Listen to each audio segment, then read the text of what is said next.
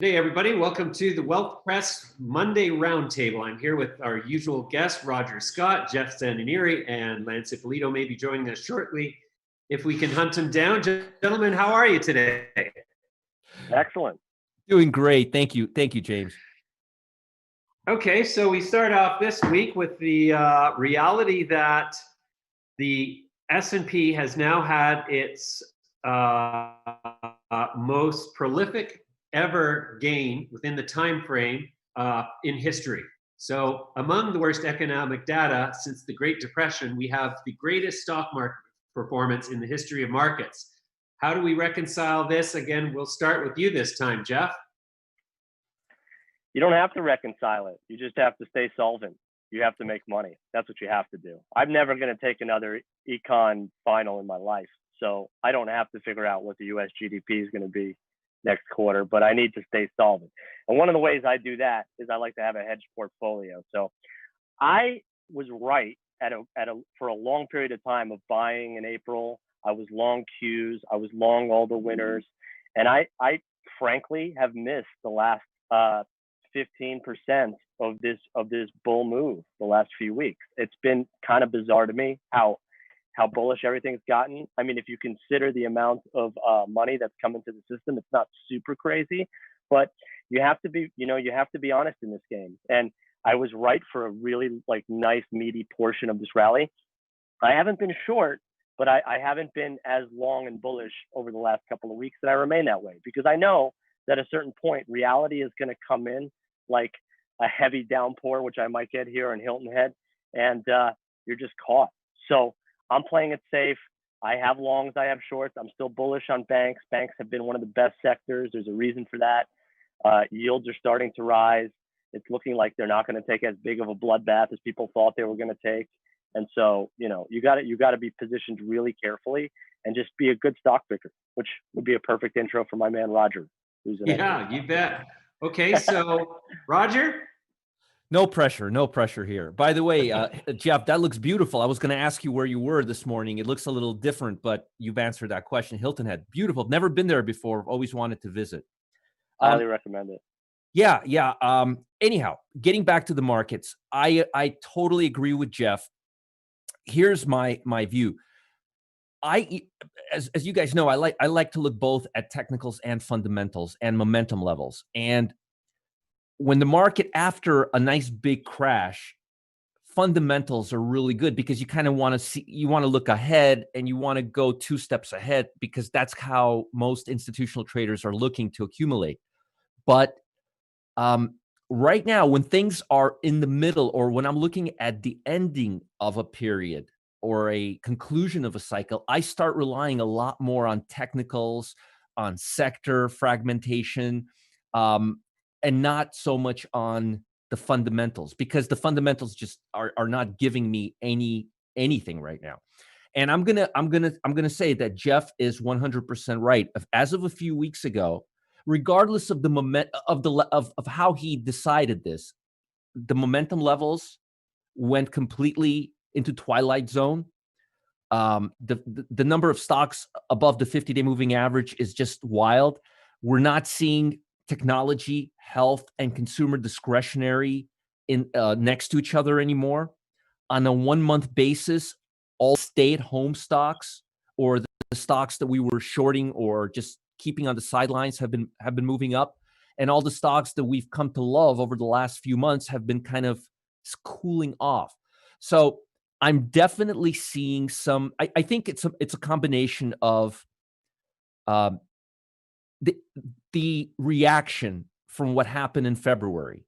Number 2, a lot more retail buyers driving this market than institutional volume because volume is still a little bit lower. If you looked at the S&P, there's a nice little peak there and a valley. So in my opinion, the markets are getting back to where we were before this crash, just from a different angle. Things are out of whack. Usually what I do is, I could look at technicals, fundamentals, and I could see a story. It all makes perfect sense. Right now, nothing makes sense. And then to add to the confusion, we heard over the weekend with crude oil, with Russia and OPEC. So there's just a lot of things right now. Even if you look at the bond market is selling off. The volatility is not there. So I am right now sitting on the sidelines. I haven't been sitting on the sidelines as long as Jeff has. I've been sitting on the sidelines for about 7 days, 7 to 9 days, give or take, just a little bit less. But overall, I am seeing. I'm going back to safety. I'm going completely 180 degrees.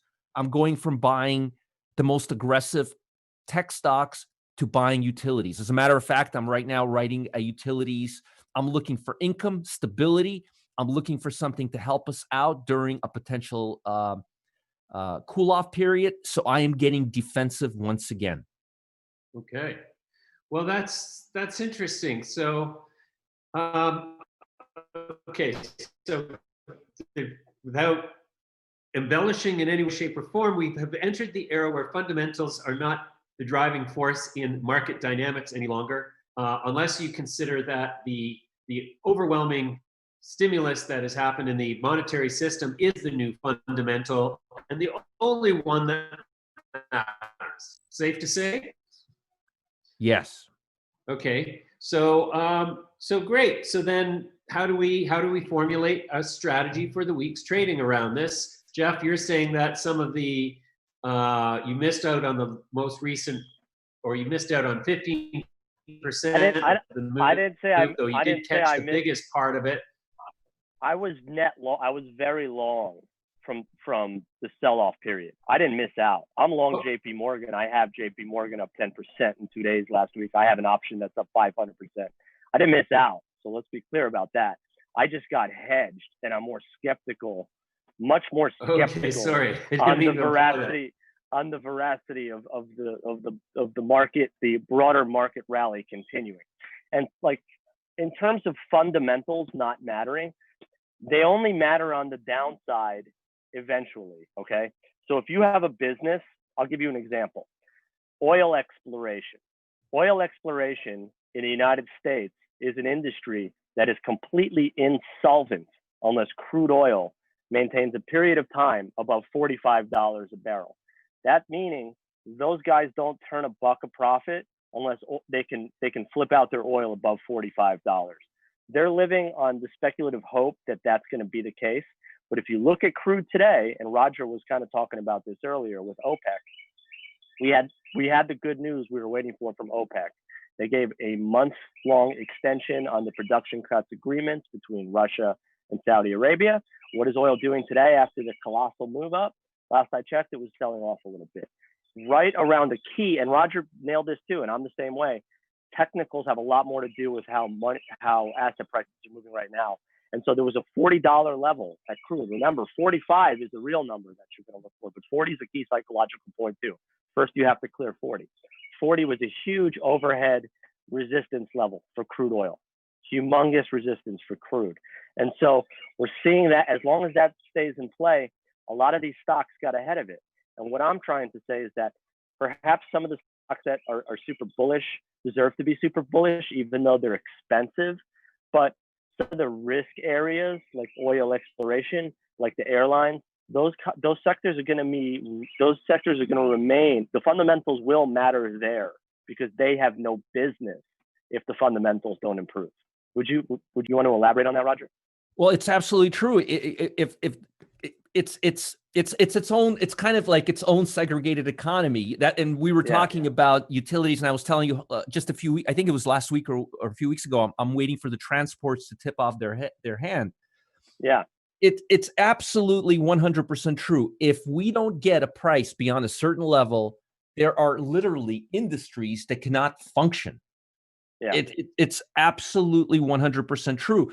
And actually, to be quite honest with you, that's why right now I'm looking at two-tier utility companies, ones that have two sides of the business, one that have to provide, and ones that could sell off the ones what they don't need.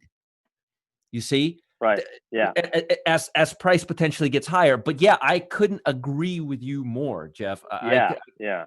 It's 100%. It's 100% a combination of stocks that are just simply sitting there and waiting for price to move higher. Otherwise, it's going to cost them more to create supply in the industry, which they can't do.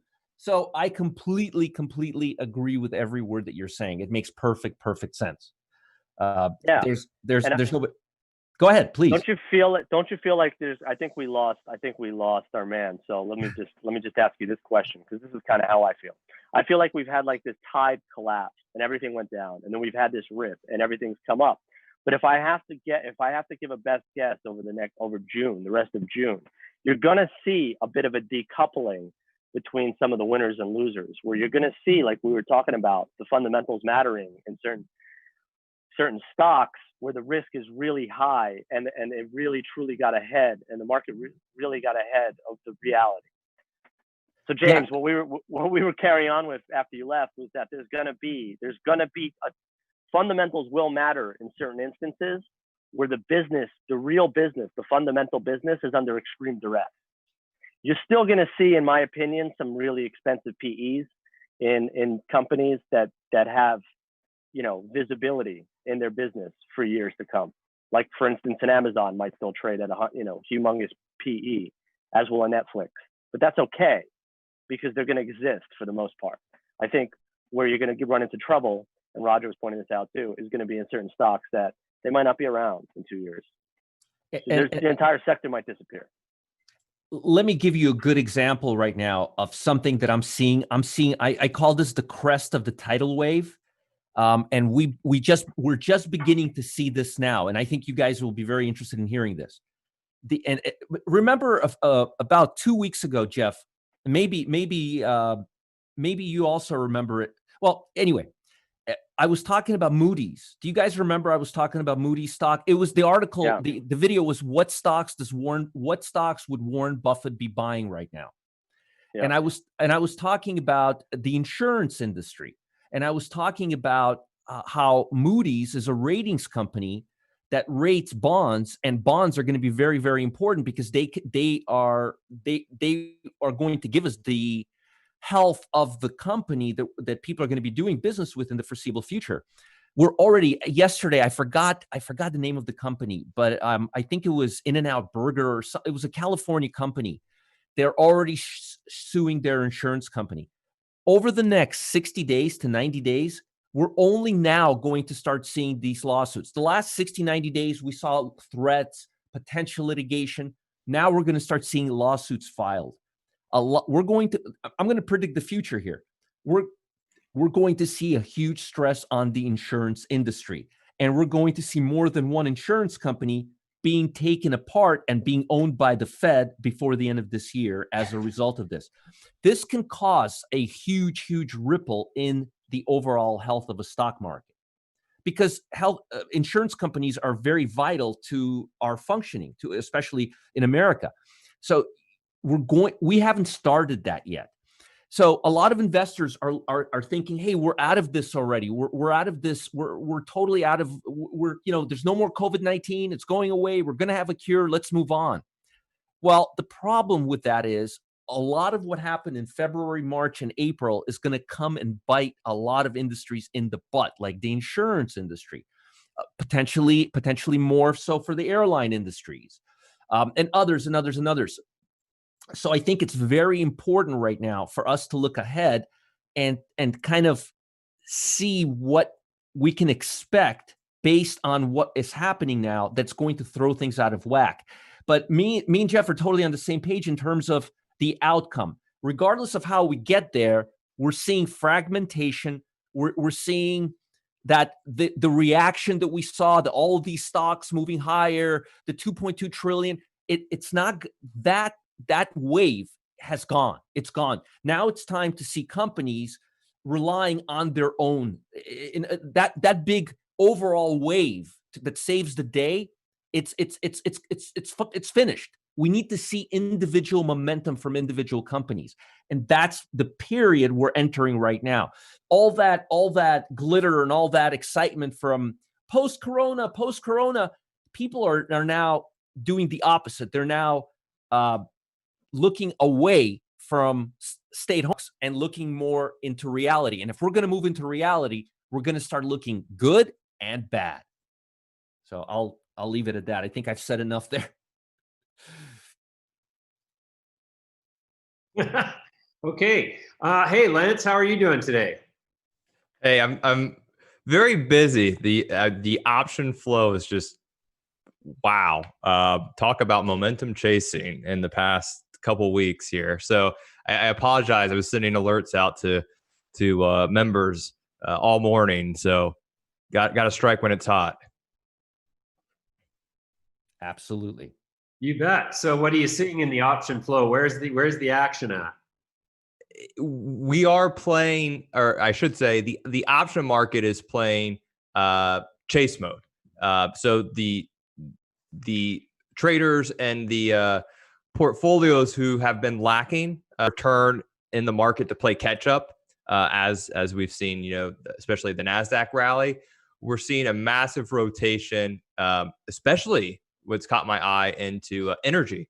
So we've been talking about value the past really couple weeks now, looking at the value ETFs and some of the holdings in it. But wow, what a shift into energy names, especially your beat down energy names with highly short, high short interest. What an incredible run! Some names I'm looking at: MRO, a rig. What a move in rig! Already a double off the lows. Names like RRC. Man, just APA, Oxy. We just sent out an alert to members on APA. The stock's up 40%. Since we got in. The options were up over 200%. I took profits in some names two to 3 weeks ago, and I'm kicking myself in the butt for taking profits. It's been incredible. I've actually been chatting with some traders, and whoo, what a move! Even financials caught a bit to the upside, as we talked about that sector too. Lance, right before you came in, I was talking about moving into utilities a little bit. And so yeah, because they can also sell energy. Big moves in utilities. Look at XLU today, up over 1%. That's a big move for utility names right there. Some of the utility names are up 1.5% today. It's fantastic. Especially if you like trading options, you won't think of a 1% move in a stock. You catch a 1.5% move in a utility stock, that option may be up 20, 30% overnight, if not more. Wow. So there's tons of money being made out in the market, and the bottom line here I'm hearing is if you're staring at the fundamentals economically, you're going to miss out. So basically, this is a trader's market, if ever.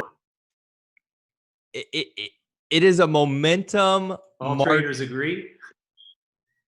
Yeah, it definitely is a trader's market right now, and a lot more dependent on technicals and momentum than we were 2 months ago. A lot more. I would say 2 months ago we were 80%, 90% fundamental. Now I'm about 10%, 5% fundamental. Okay. Okay, so let's close this out with what is your biggest expectation for the week in terms of surprise moves? Jeff, I'll start with you again. I think oil could have a lot of downside this week. All of the good news, all of the goodwill, the most historic move ever in May, a follow through in week 1 of June. The OPEC meeting came out. You have the employment number on Friday, which was an unbelievable upside surprise. You've had basically like the perfect storm of amazingly bullish news bombs, et cetera, for oil. And now the technicals have taken over. 40 is a hard hat on the top as a resistance level. You're seeing profit taking today after the OPEC meeting on Saturday. I think you could see a double-digit pullback in oil in short order. I wouldn't be surprised at all if we were back in the mid to low 30s by Friday. I mean, we're talking here on Monday. So those are the kind of risk reward trades I like, actually. If you look at just to give you how the anatomy of a trade, if you think to yourself, WTI can go from 38.5, I could put a stop in at 40, which is 3% higher than here or whatever. But I think it could trade to 32. That's what you call a really positive skew. I'm risking $1.50 to make $7 or $8 on a trade. And those are the kind of trades I love. Those are the types of trades I love. Because if you look at the chart of oil, it just did this huge cascade move is huge from the mid-teens in a straight line to 40. And we're right back at the level where we basically gap down from when all the bad news happened. So we'll see. Right. How about you, Lance? One thing that caught my attention, and I like the contrarian view, by the way, on oil, is if you look at tankers today, like Scorpio Tankers, ticker symbol STNG, you can look at Nordic Tankers, ticker symbol NAT. These names are up quite considerably, about 5% or so today, with the move in energy stocks rallying. I think you're going to have a lot of folks who are going to be late to the party, meaning you're going to have the back end of those momentum chasers, whether it be oil names, whether it be airliners, which is kind of crazy. You're having oil and airliners rally at the same time. Talk about correlation fundamentals. But I think you're going to have a lot of people come into the market now that they think it's safe. And that's when usually there's some pain ahead. I hate predicting where do we go from here in terms of overall market direction. But I do think we start to cool off a little bit in the next coming weeks. But until then, if you're aggressive and you are trading actively, there is opportunity. Just know at any point in time that rug can be pulled. So always know your risk management, which is key here. Okay. And Roger, what's your parting sentiment for the week? We got to think ahead. We got FOMC this Wednesday. Whenever we have FOMC, we have lower volume and volatility leading into it because large funds don't want to put positions on ahead of a big event. At the same time, we know that the Fed will more likely than not go negative on interest rates and not do anything significant, or probably not do anything. It's not very likely. They don't like to make a lot of moves in June, typically. With that said, I'm expecting the rubber to meet the road Wednesday afternoon, Thursday, and Friday. These first 2 days of the week, I'm looking either to liquidate existing positions or move into very, very low risk positions with the intent of potentially taking profit on them on Friday or beginning of next week. Also, I'm seeing a definite continuation of a reversal of flow of money away from tech, health, which is a surprise. I didn't think we would see that this soon, and consumer discretionary, and into material, into production, into consumer staples. So, which is one of the reasons why I am getting a lot more defensive and going into utilities and completely doing a 180 on my portfolio right now. So I believe a little slow. The week will start out slow, and we'll get more volatility as things continue, and we'll continue to see sector rotation. Okay, great, gentlemen. Let's leave it there for now. We'll come back to you variously throughout the week. And thanks very much for joining me. Have a great trading week.